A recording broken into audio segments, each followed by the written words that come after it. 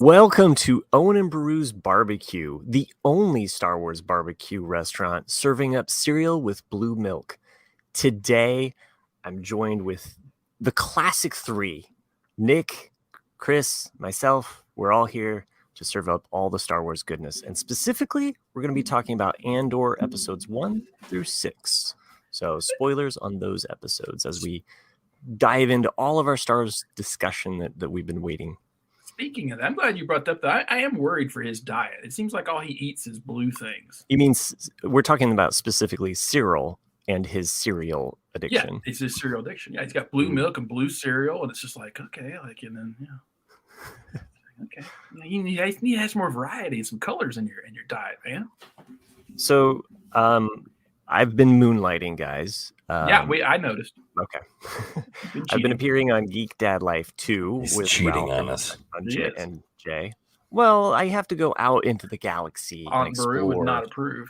So while this is out there, we're gonna talk about the elephant in the room. You say you have to go out there and explore. Over the past however many weeks that Andor has been on, I will tell you that last week was the first time you mentioned that you wanted to record with us about Andor, but we skipped Boba Fett. We skipped. We had a book of Boba Fett. We did book of Fett. We skipped Obi-Wan. We skipped half of Andor until you finally went, oh, let's record us Owen and Baru. Let's record. Okay. But it wasn't like you were out searching for something you weren't getting at home. Like that you didn't even ask for it. Like you just said, you know what? Okay. Those guys are a better option for me right now. So it's pretty dusty in the Owen and Baru's barbecue restaurant right now. It's pretty desolate. I think that's because the fucking we don't swear on this podcast. I think the restaurant manager just decided to not show up to work for 6 months. I did. I called in. You decided to go work at a different restaurant. I did. Without consulting with us. So for the record, Nick and I we were always ready and willing to sit in front of the microphone with you, but you opted to disown us. Well, I've been doing some soul searching, and if you guys don't, you found out you don't have one. Jeez. So wow. That's did a lot of dipsticks. Yeah. Well, I'm back. I did this mission. And I scored some credits, and I'm good. I'm good now. With whom? I've only listened to Geek Dad Life. Your mic is just bouncing everywhere, Chris. Oh, I'm so sorry. It just adds to the ambiance of us rustling around this kitchen here, getting all of our. Geek Dad Life doesn't have bouncing microphones. That's why he went. Yeah, so I've only listened to you guys do one episode, and it wasn't too bad. I can't remember what it was about, but it was a good back and forth. But how do you really talk on that show if all three of you are all just super positive about everything? It's just like, this is such a great episode. Is that right? How do you not Are they all really... Star Wars?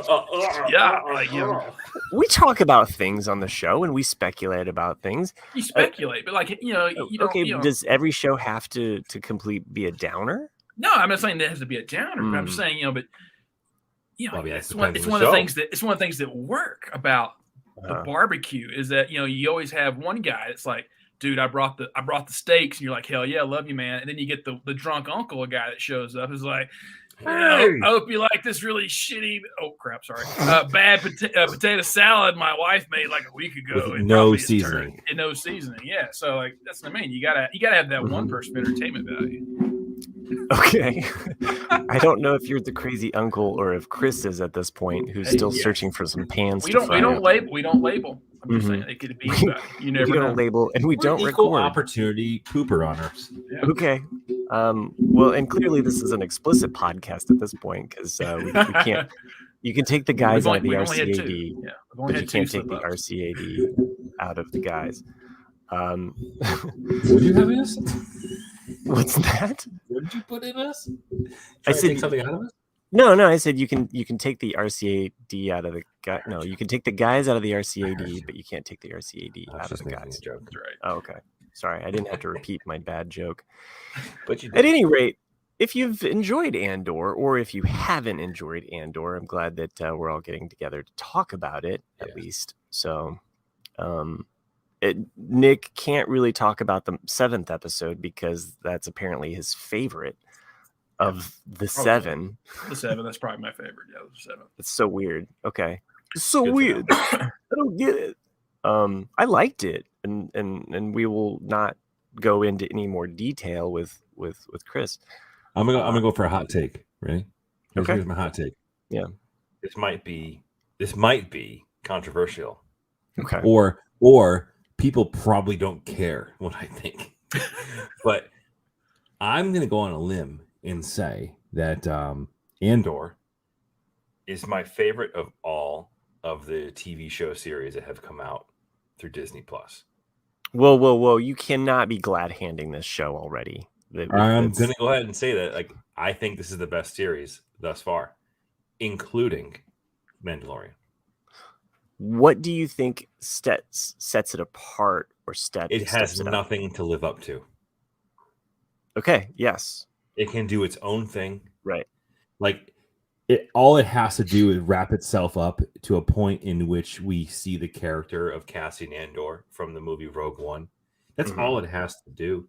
And there's literally nothing that they can't do with that character, because there is nothing written about that character other than his mystery showing up in the back alleys of whatever world that was in Rogue One. Like, there's what was that? Don't distract him. That was the back alley. Oh, the back alley. Hi-yo. Little glory sabers. But well, and so much of the show is set on that scene. Yeah. And and you don't know what I've done. It's like that line of you don't know what I've done. Perfect, because this show has nothing to live up to. It has no expectations to meet. It has its own freedom to do what the F it wants to do. And I love that. Now, do we know how many seasons there will be potentially? 2. Okay. Is it a total of 2 or total of 2 as far as I know? Yep. And we're thinking 10 episodes per season? It's 12. It's 12. It's 12. Okay. Yeah, it's 12 episodes. Which is why we're doing the first 6. Yeah, and we'll do the back 6 like it's a golf course. Yeah. Back alley. Yeah, I love it. I think it's great. I mean, I think it's a story that takes place in the one of the best storytelling universes, Star Wars. Before Nick smears bantha poodoo all over what you've just said. yeah, but the thing is, like, there's something about it. Like, you don't have the stress of figuring out how they're going to fit in things that we know. You know what I mean? Like, there's no stress about figuring out how they're going to fit a Jedi story in this. They don't effing have to. But also, how are they going to fit this? They don't have to. They can do. But the strength is also on all of these other characters that they've brought in, and the time that they've spent to develop these characters to be very interesting. And characters that we have it's sky's the limit as far as, or galaxy's the limit as far as what they want to do with these characters. And I think the strength of the show is really on the backbone of not Andor, but all of these other characters that really make his story and really good story writing that is compelling. There's been tense moments in each episode where I'm just, what's going to happen on this? Even if we're just in Mon Mothma's, house, apartment, her place on Coruscant, even in some of those moments. What's that? And her F-boy. Mon Mothma? Yeah, her husband is such an F-boy. Okay. Yeah. I was taking the other meaning. Yeah, me too. I was like, what? Because I was like, all that. Yeah. I think you're talking of about Bix, because she had an F-boy in the first couple episodes until he met his untimely death in episode 3. So Tim, yeah, the most normal U.S. It's with 2 M's though. It's Timm. Yeah, except Clem is with 1 M. So, right. Yeah, there it is. That's my hot take on the season so far. And before we get into any specific discussion, but curious what you guys think. Nick. All right. In typical Nick fashion, Bring out your list, dude, because I know you got a list back there. Actually, I don't have a list. I wrote down some little points about the plots of the episodes, but I didn't really get into the nitpickiness of it. I have tried my 100% best to keep an open mind with this series, because I am in agreement with Chris and that I like that it's a blank canvas. Because whereas in where I thought Solo went wrong was I felt they had okay, here's 5 things we have to see and let's write around those events. Right. Whereas in this one can just be what it wants to be. I think the ambiance and the settings of the show are really good. My issues with it are usually with the plot, because I'm such a plot person, and the direction at times of just things that should be common sense that seemed amateurish with some of the ways they chose to show this thing from the script that was probably pretty good to why did you choose to do that?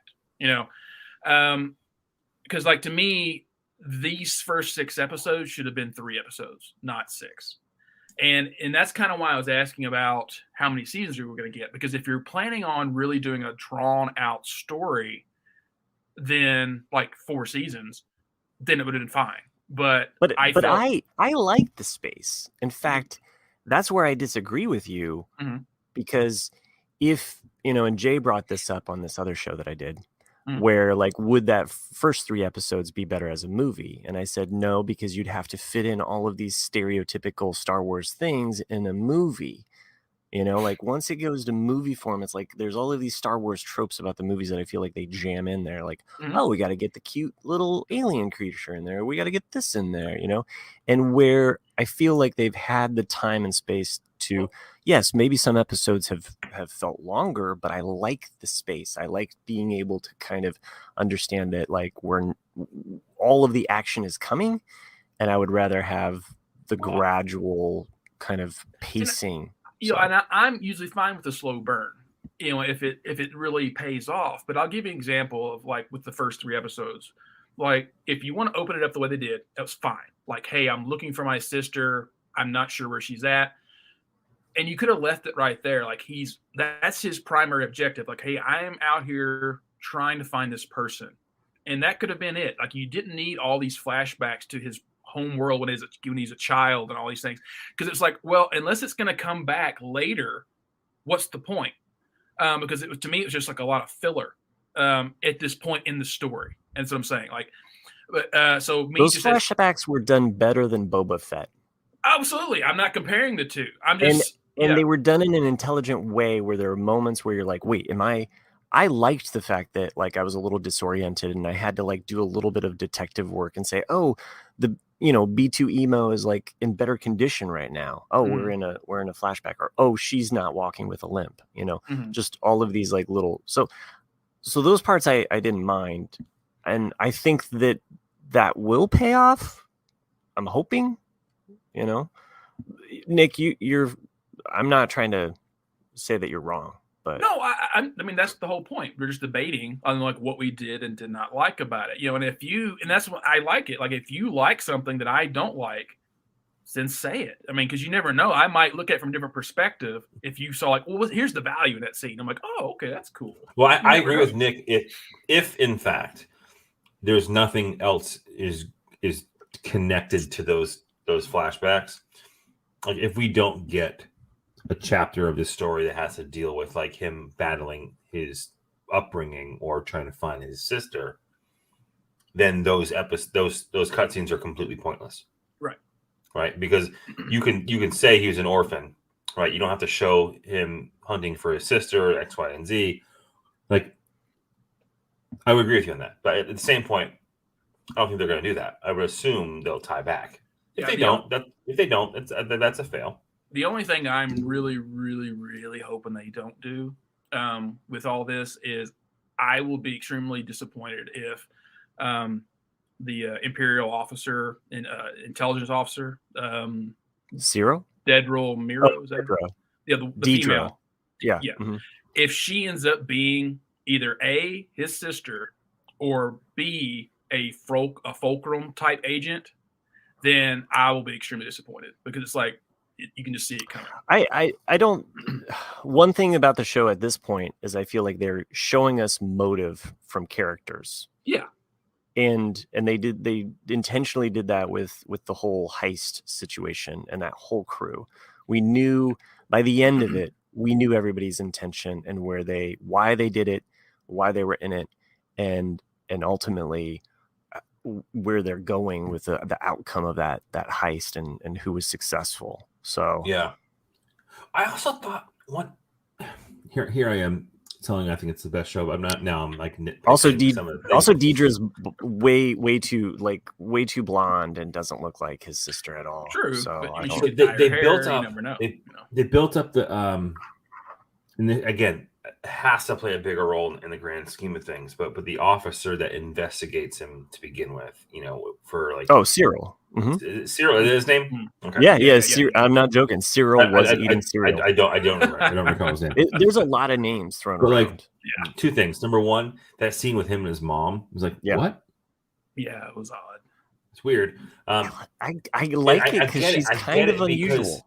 Because it could be a setup for more like his like effed up personality because he's got some sincere mommy issues. You know what I mean? Mm-hmm.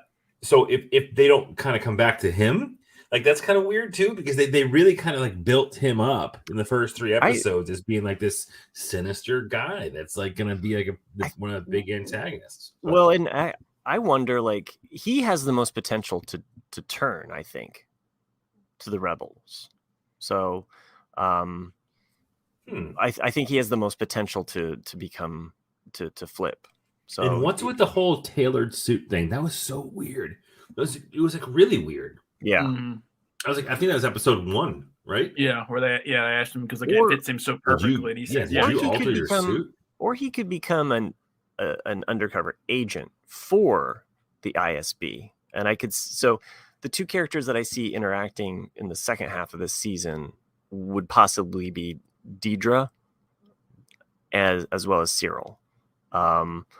And perchance, I'm just throwing spaghetti at a wall here. That's an interesting theory for sure about Syril, but I don't know if he could pull it off. I mean, because you see him like what Chris saying, like with this tailored suit, you see like everything in those first few episodes. He wants to be taken seriously and prove himself, but yet he doesn't have the.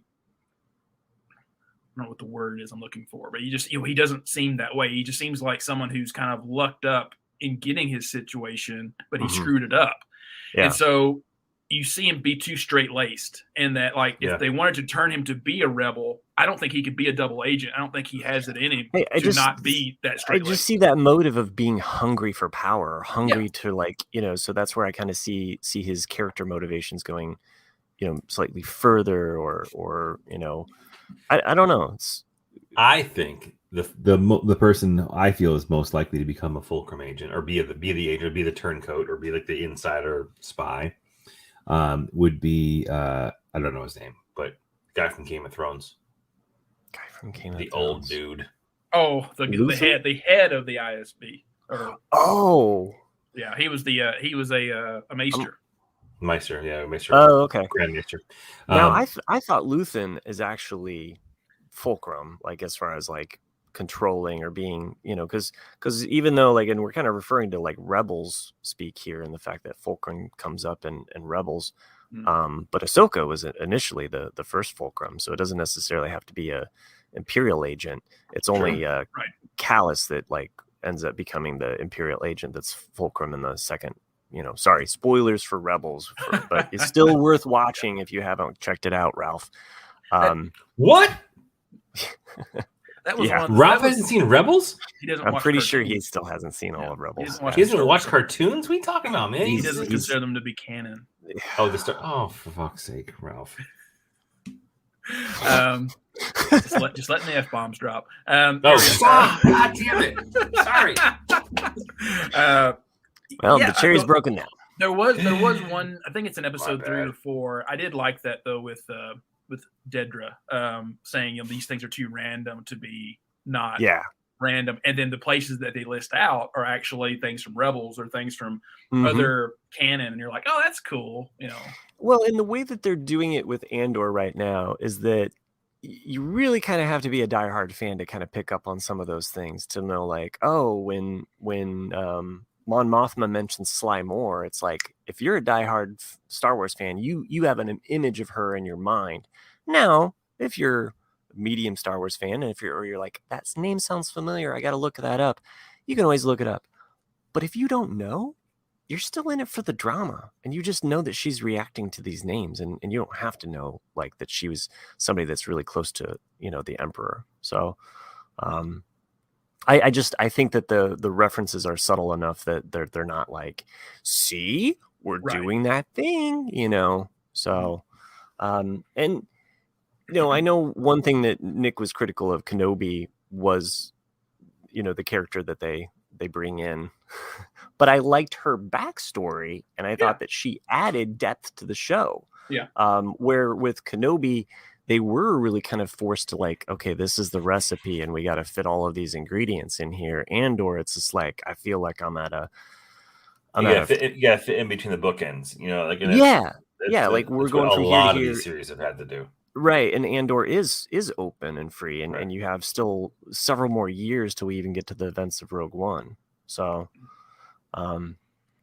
Now, one thing that for season 2 that I've heard, so slight spoilers if you want to skip ahead 2 seconds or what have you, but I believe I've heard that K2 is going to be introduced in season 2. That's what's been teased. So and that kind of also lets you know, like, oh, we're not getting this character. I didn't know that we were going to get that character. But I figured apparently at that's some what's point. Yeah. And I'm sure, was it in this episode or 6 that you actually see one of the droids? But we don't know. Must be the new one, maybe. Chris is like, brother. He's gonna watch it after he'll see it a while. So fitting in between. But I want to see Alan or hear Alan Tudyk. Yes. The heist. What did you guys think of the heist? And because I feel like that was kind of the culmination of these first 6 episodes, and really kind of puts a period. And you could have almost said, to Nick's point, like in season 1, could have just left it right there and just been like, okay, now, or do a mid-season break where they're going to be like, oh, we're going to wait 2 months to show you the rest of it. So what I thought was interesting is, like, the heist itself. Like their plan that they had all, like, were pretty much planning out for multi episodes of, like, how they're gonna pull it off. They made it appear or have the sound like it was gonna be pretty easy, right? But then you get into the vault, they're like, no, we need all of you guys here to help us with this, because they had to move like 14 metric tons of gold. Like it was definitely way harder than they thought it was gonna be. Like I thought that was interesting. It went from, like, what I thought was going to be a quick in and out to a shit show. Oh, God damn it. No, I mean, like, the actual physical weight of the money, I mean, crushes and kills a character. Right.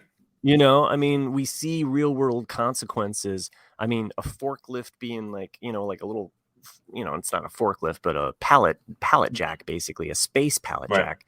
And I would say that is probably the pallet jack. The biggest criticism to lay on Andor is that the space weapons are just like space AKs. Like, they're just so generically. The rifles are so bad. Yeah. Like, they're AK-47s. It's like, could you not just put some crap on there to make it not look like an AK-47? That's the biggest thing I personally feel like, so space pallet jack, it works, and physically that idea of it falling over and then somebody being pinned down behind it. I liked all of those elements. So yeah, to Chris's point, I was kind of going into it like, I kept thinking that the girls were on a separate mission to blow up the facility, which the whole time I was like, well, that doesn't make sense, because then it would flood all of the people. Right. It would kill all of those people. So they wouldn't want to do that. And they still haven't shown what happened to the other girl or woman. Yes, that was a definite moment. Like, hey, wait, I think it's Cinta. Yeah, Cinta. It's like she had her own side mission that we haven't been made privy to yet. We have not. So as to what Cinta's up to. So, but no, the eye, and I mean, when they mentioned it, I think in episode 4. Yeah, maybe 4.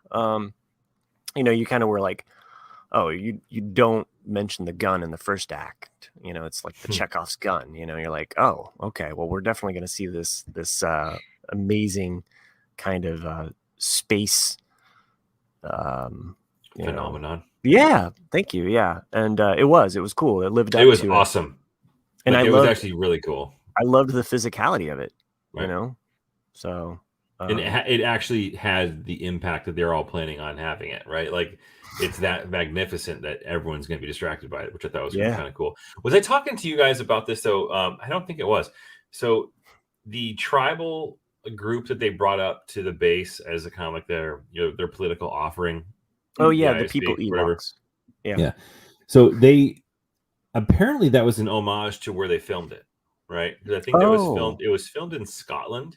Okay. And that was actually very, very apparently, I didn't do my own research on this. This is just something I was told, that kind of like tribal back and forth response of like the political, bringing them into the situation, having them do their observing, whatever, was actually kind of how things happen in Scotland.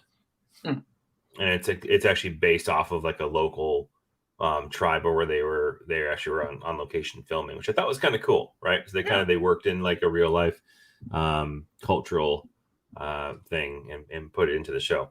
But that I love like astronomy and shooting stars and all that type of stuff. So that kind of like was good. Like for me, I thought it was awesome. And actually seeing it was like, wow, they really did go all out, and how it played a role in the exit, I thought was incredible too. But yeah, overall, I think it was pretty awesome. I like that they didn't. So I, again, mentioned this on a different show.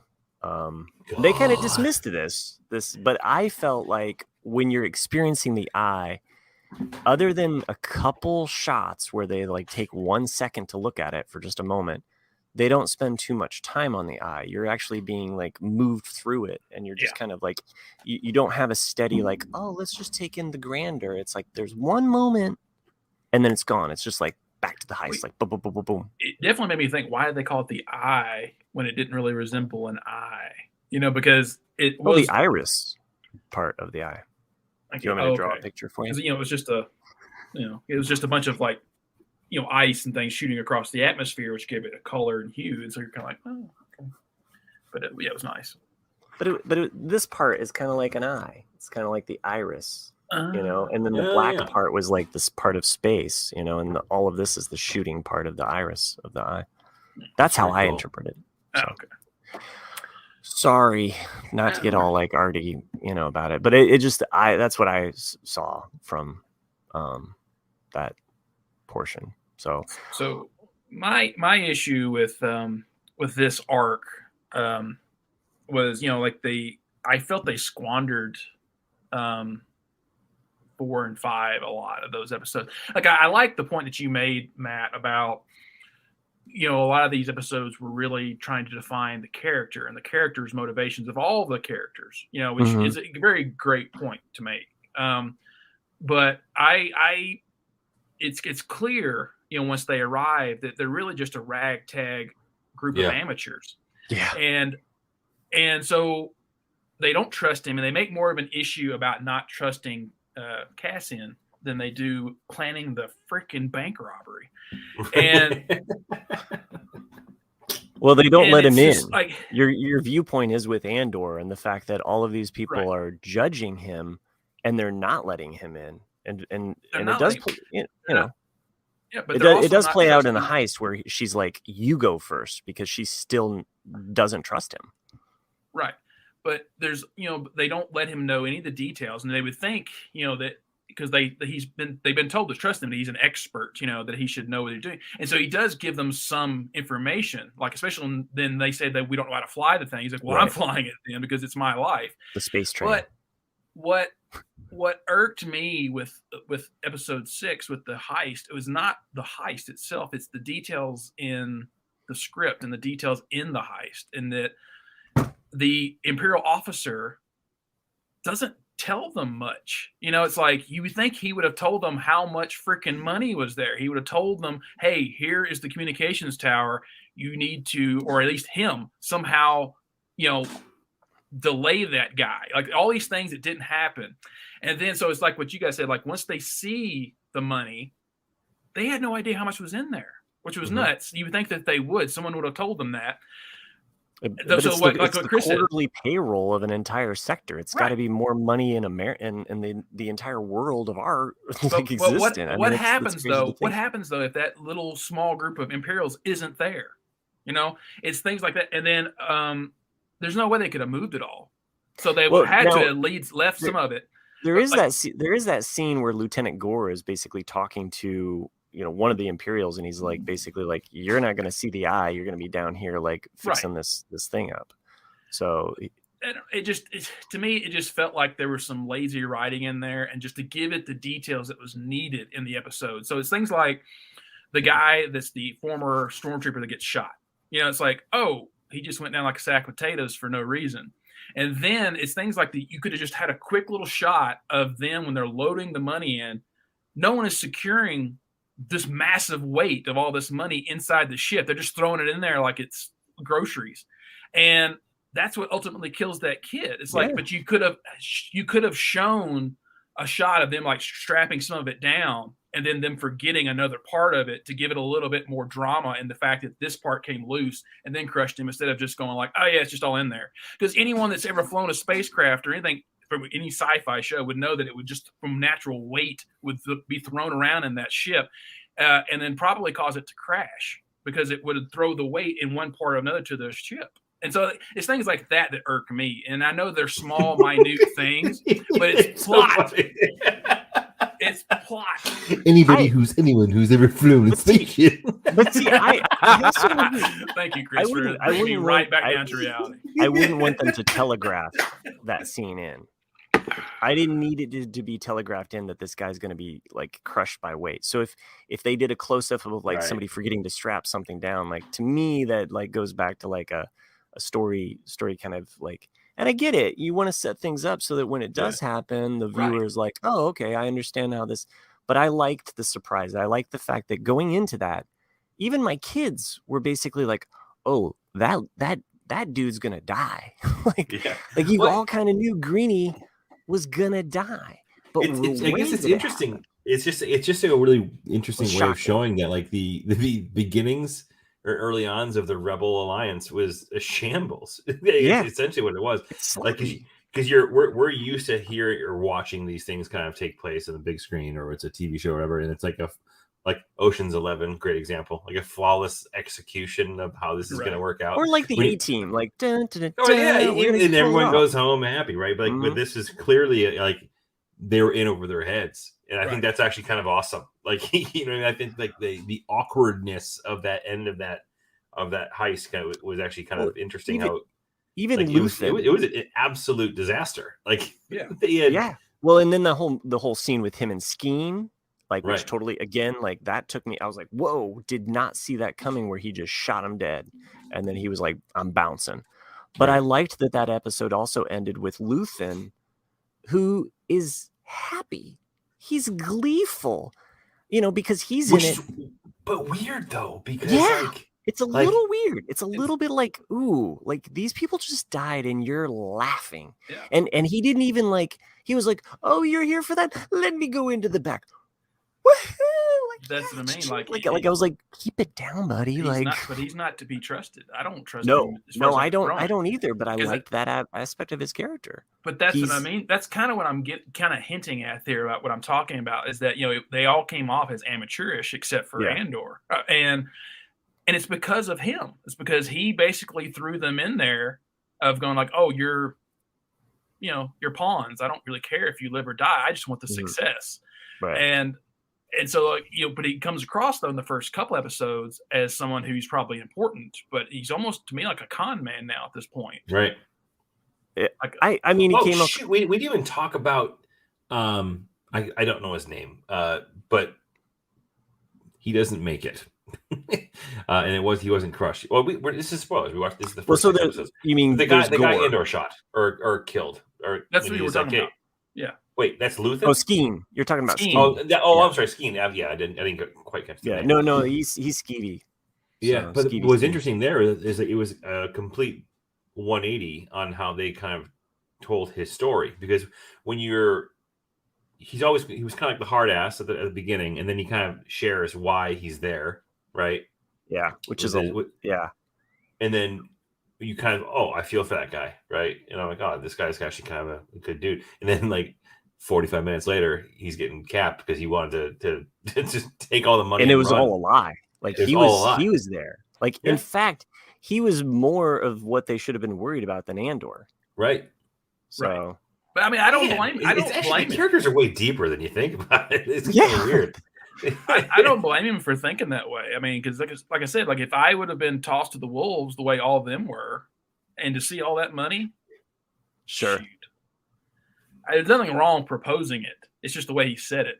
You know, that's the thing. Because like he's like, let's kill them and go. Yeah. It's like, okay. And I mean, Andor with him just like being like, I'm just taking what's mine. I mean, you're looking at way much more. You know, let's say that whatever they had was $3 trillion, and he's just like, I'll take $100,000, and here's your magic crystal back, because he's probably worried that there's a tracker on it or something. Honor amongst thieves. Yeah. Cool tie though with the whole, Kyber crystal. Him wearing a Kyber crystal, and then that aspect of Jyn Erso with the Kyber crystal too. So I liked that. So I like these subtle ties. It's like, what colors was Jyn's? Blue. Hers was just clear. Was it clear? Okay. Yeah. So and his obviously was this blue, which had a reference to something else, and I didn't dig deeper on the reference to that, where that Kyber crystal came from. So did you guys just speaking of references, did you guys catch all the antiques in the shop? Yes. I didn't. I knew there was going to be something there, though. There's a bunch, actually. There's some Indiana Jones connection stuff too. Really? Yeah. And Force Unleashed. His armor. There's a lot of really good ones in there if you're paying attention. There's a holocron and a Sith holocron. Force Unleashed. Yeah, like if you look, it's in two scenes. Like the background, the armor, he only wears it a couple times, but it's like the full helmet, armor, and everything from the Force Unleashed comic book and game. It's back there in the back. That's cool. And like there's a Wookiee helmet, I think. There's a lot of stuff in there. And there's that Utapawan like massive beat stick. I don't know. It's just so menacing, that club that he picks up. So, there was a lot of the stones from Temple of Doom are there. Those are just what I had spotted. So I guess somebody found them.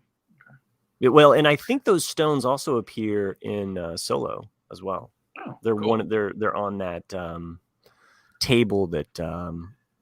Speaking of that, like a little off topic, did you guys, you guys saw, I'm sure, the picture that's been floating around the internet for the last week of Short Round seeing Harrison Ford, for the first time in 40 years. There's a picture of them happy, hugging each other. Yeah. And I didn't read this though until yesterday, where they were asking him about it, and he said, "Well, I was extremely nervous because I hadn't seen him in 4 years. Would he even know who I am, at this point?" And he said that as soon as Harrison Ford saw me, he goes, "Are you Short Round?" And he goes, "Somewhere in my head, just the character like popped back in." And I went something like, "Yes, Indy, it's me," or something. It was something just like cute, and that's like when they were hugging after that. I was like, that's cool. That is cool. So is he officially part of Indy 5? Is that? I would bet he's in Indy 5. No, there's been no official announcement, but I would. I think we workshopped or brainstormed this on either an RCAD, a bonus episode, or at some point. I felt like we talked about this aspect of how Indy 4 should have had Short Round in it, and he should have been the next one to carry on. I think it was maybe I would have liked that much more. I think we talked about it, actually. Now I'm remembering it. We all saw, I think, Everything Everywhere all at once. And we were all really impressed by him, and his abilities in that movie. And we were like, why wouldn't they have used him or brought him in? So after watching that, Cliff actually told me that Indy 4 is a combination of two different scripts. And he goes, because the part of the movies that work was from the original 94, 95 script. And then the things that don't work are the things they added in later. Oh, and but I agree. I mean, they had nothing to do with Short Round, but I would have preferred that as well to bring him back in and as an adult. And I think that's kind of what they're planning on doing with is her name Phoebe Bridger? Is that she's like an archaeologist as well, like a younger archaeologist. Interesting. Anyway, we're going to talk about Star Wars. No, I mean it's all. I mean, I always kind of think of Indiana Jones as part of Star Wars. It's all Lucas. Yeah, it's all Lucas. Yeah. So, well, no, I mean you get that Spielberg, Kathleen Kennedy,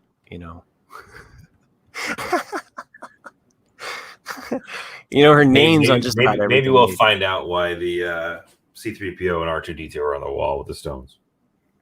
Yeah. Someday. Cookies are done. This show's just about done. So, by the way, the cereal that Syril is eating is a Twix Trolls World Tour special cereal, and it's just the brown and blue balls that they took out. So, some intern at Lucasfilm was just pulling out all of those like little pieces. Blue balls. Yeah. I mean, it's just like the old Van Halen thing. In their contract, you always had to have like a bowl of just brown M&Ms.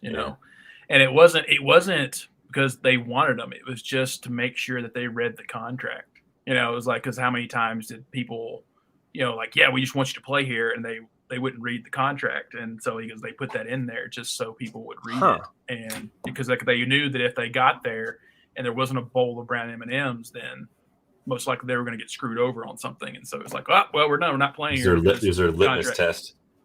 Yeah.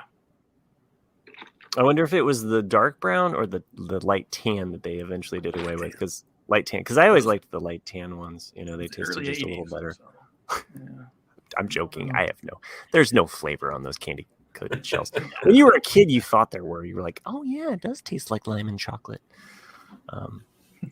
Well, I mean, when I think of M&Ms, I always think of the commercial from the '80s where it's like a bunch of kids playing baseball. Yeah, and the kid eats the green each one. each color, single, double, triple, home run, grand slam. Yep. The greens were always the home run, I think. Yeah. Yep. It's unlocked a core memory there. And nowadays we know why they had to eat the green ones, is because it's the lady M&M.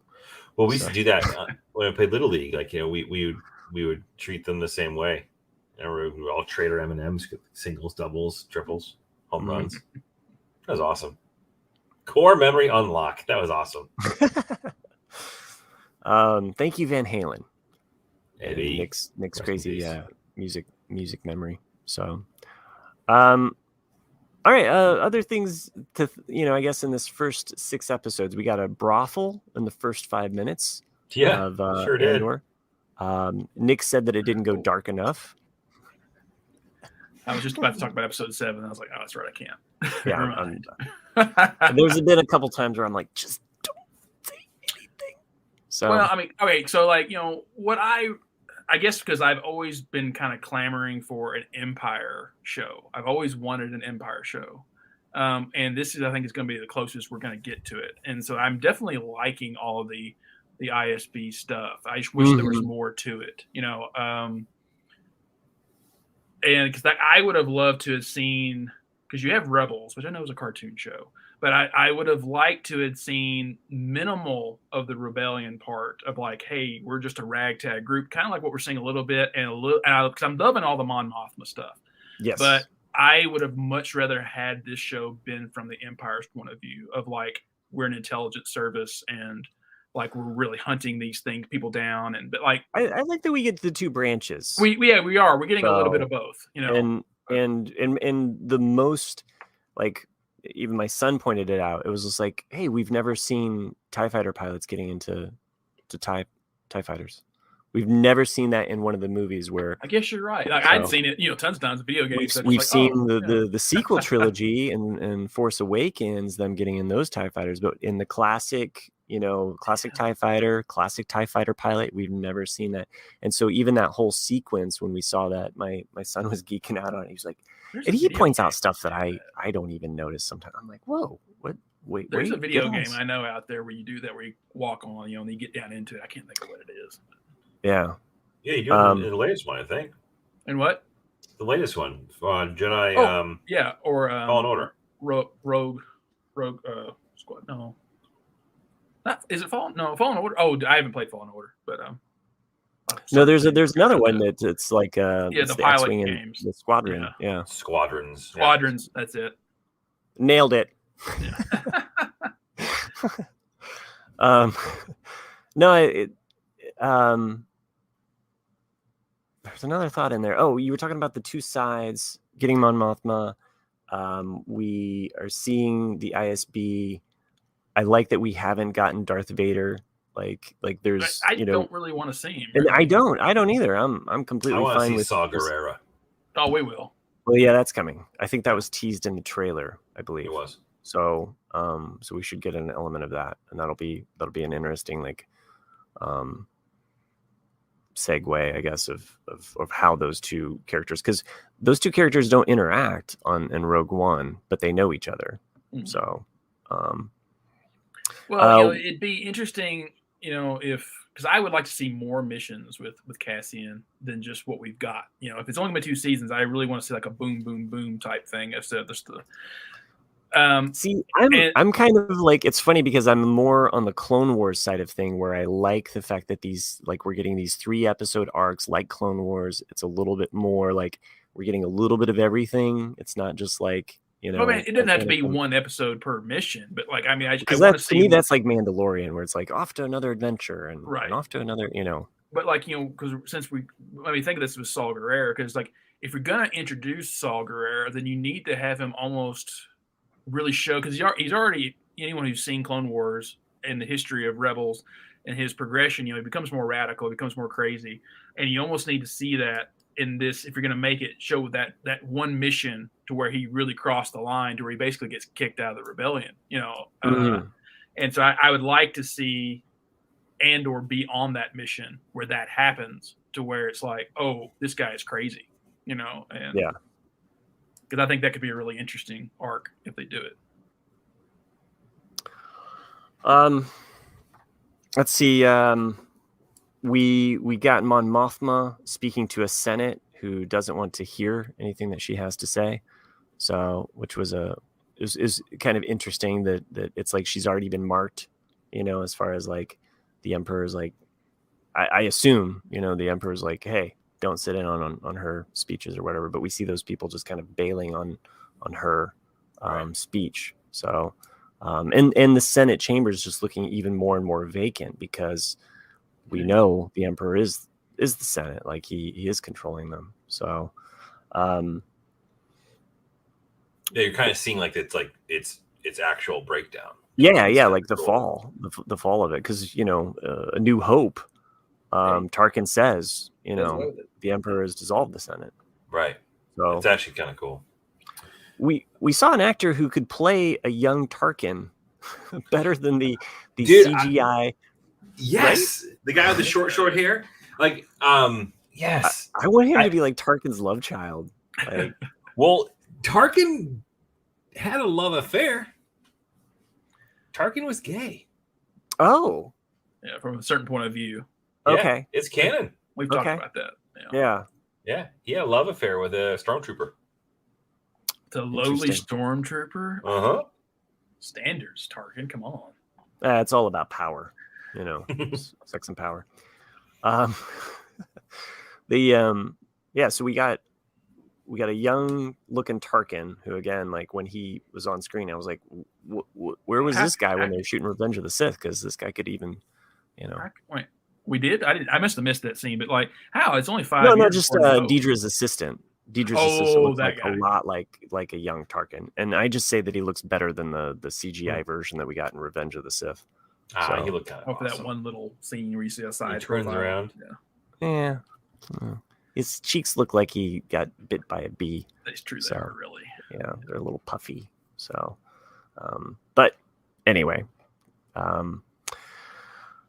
well, I think we're all enjoying the show. One of us gives it a B+.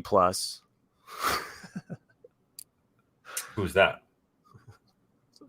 He's still thinking about it. I don't know if I'd give it a B+. It's too high. It's too high. Yeah. Probably a B-. Wow, that's like I'm getting flashbacks of when I was in grad school. Jeez. Well, I mean, it's just one of those things that's not fully won me over yet. It's like I don't hate it, but I don't love it. I'm enjoying it. I've actually even just done kind of a rewatch with it in the background. I don't know. Like I like the pacing, so I like that we're kind of getting time just in this environment, even if it's just Scotland. I'm kind of wondering, will we see a return to this planet? Will we see that dam broken, or are we just on to new and better things, which would be fine by me. But we do know that Cinta escaped that heist, and we don't know where she's at. So I assume that Cinta's alive on that planet, and her being the only rebel operative from that mission that survived. She's the one that has relationships with Vel, which I know it's easy to confuse Vel with Val, since we can only have names. Now, was the actress who's in command of the robbery? Vel. Is that Vel? Okay. Yeah. Is that episode 6 or 7 to where we find out? Is it 6 or 7? Okay. Well, I can say here. Damn it. another Game of Thrones actress. She was the waif that stabbed Arya. No kidding. Yeah. Boy, she's a pretty good chameleon. I started watching the other one, the House of Dragon. Yeah, it's good so far. I'm with Chris though. I finished Rings of Power. Show finishes really strong. Really, really enjoyed the ending of that. Yes. So I know Nick hasn't watched it, and you're already kind of down on it. But like Nick's coming into Rings of no, you were kind of like, well, it's just based on this text, and you were. Well, I just don't. I don't plan on watching it, so it's just. What's cool about it, I'll compare, and we can kind of tie this into Andor a little bit. It's the same shit, right? Like they don't have anything to worry about bumping into. Yeah. Like they have, you have this end game, right? Obviously, you got the rings of power, then the rings are all the bullshit. All the rings are being made, whatever. This, that, and the third. But and then of course you had the battle with Isildur and Sauron. Is kind of like where you have to lead it to, right? That's kind of like the canon of Fellowship. But you've got like 7,000 or 700 years of shit to go through. Like that's the cool part. Like they have their ability to kind of like create their own story, because it's only based on text, and they're doing a really good job of it. And I think that the first season really feels like a solid. The first season really feels like a solid book or a chapter. It's just like the way that it ends, and it's just like, yes, okay, and I think the last 3 episodes really brought me in. A spoiler that's not going to give away anything you're watching really, but you're starting off. You're getting the creation of Mount Doom, that's awesome.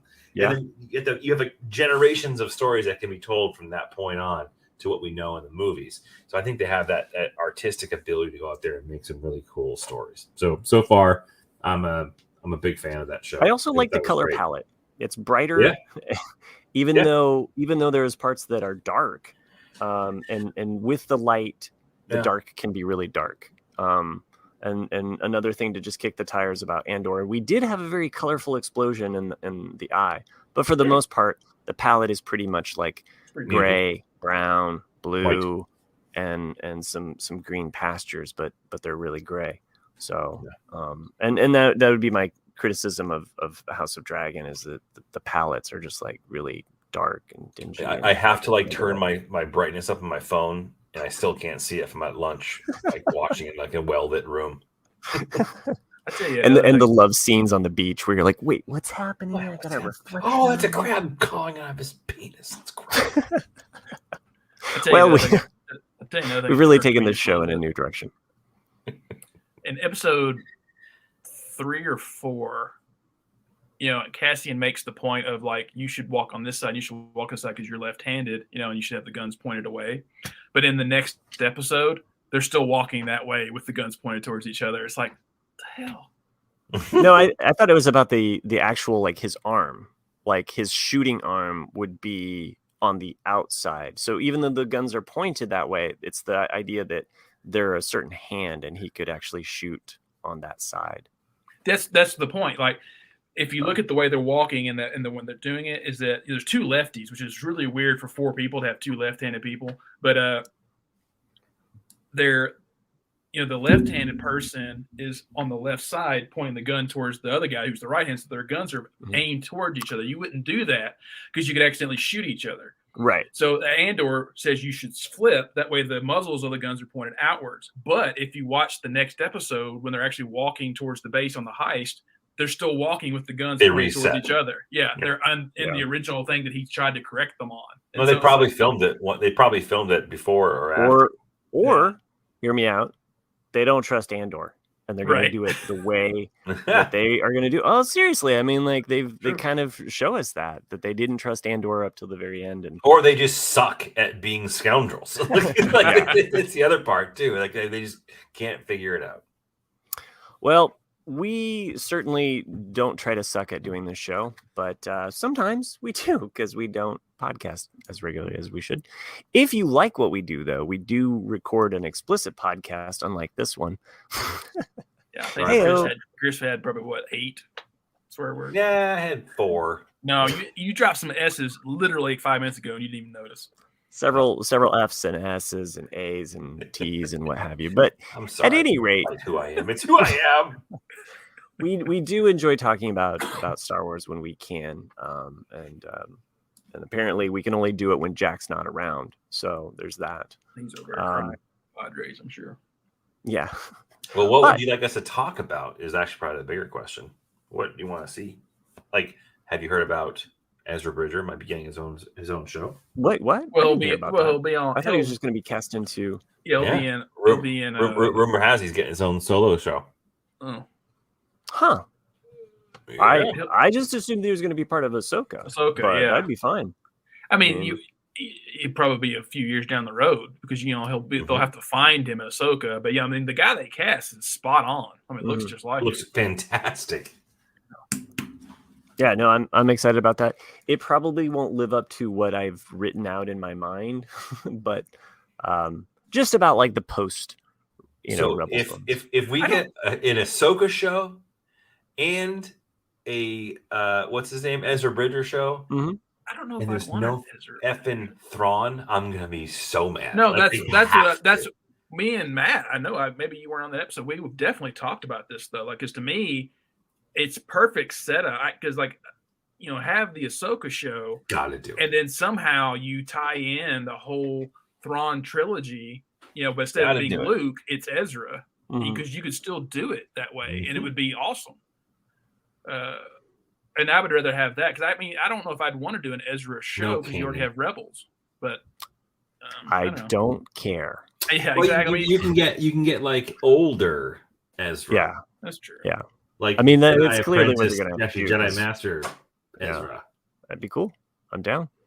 I want more. He's totally going to die by the end of it all because we know he will. He has to, pretty much. Or he takes Grogu off into wild space, and then they're not there for the Force Awakens trilogy. Anyway, I was just wrapping. There's a trilogy after wrapping up this show here. We can talk more because we can talk Star Wars all. But at this time, though, if you would like to send us an email, and we'll get to it in the next 2 months, send us an email at theforceswelldone@gmail.com. We would appreciate that. Or rate and review this show since we're on it so often. We would like to thank some patrons that make this show possible. And as always, I tried to make them Andor themed. We have Tack2Emo, just like the droid, Luthen Richter, Ed the Clem. Of course, I got to go with the alliteration. Maggie Mothma. Nice. And Joe Andor. Thank you for making. Oh, Joe Andor. Nice. Joanne's is usually the hardest one, and then I was like, it's right there. It's so right there. That's perfect. Thanks for making the show possible. Thanks for all the patrons that make the show possible. We do appreciate it. And thank you for the Houston Astros for sweeping the New York Yankees. This was a great show. It's 1 in a million. Sorry, I just feel so anticlimactic saying it. You take us out, Nick. Oh, yeah. Go ahead. What is your goodbye sign? What do you say? Usually I just say bye, but I'll say, remember, the force will be with you always. Always.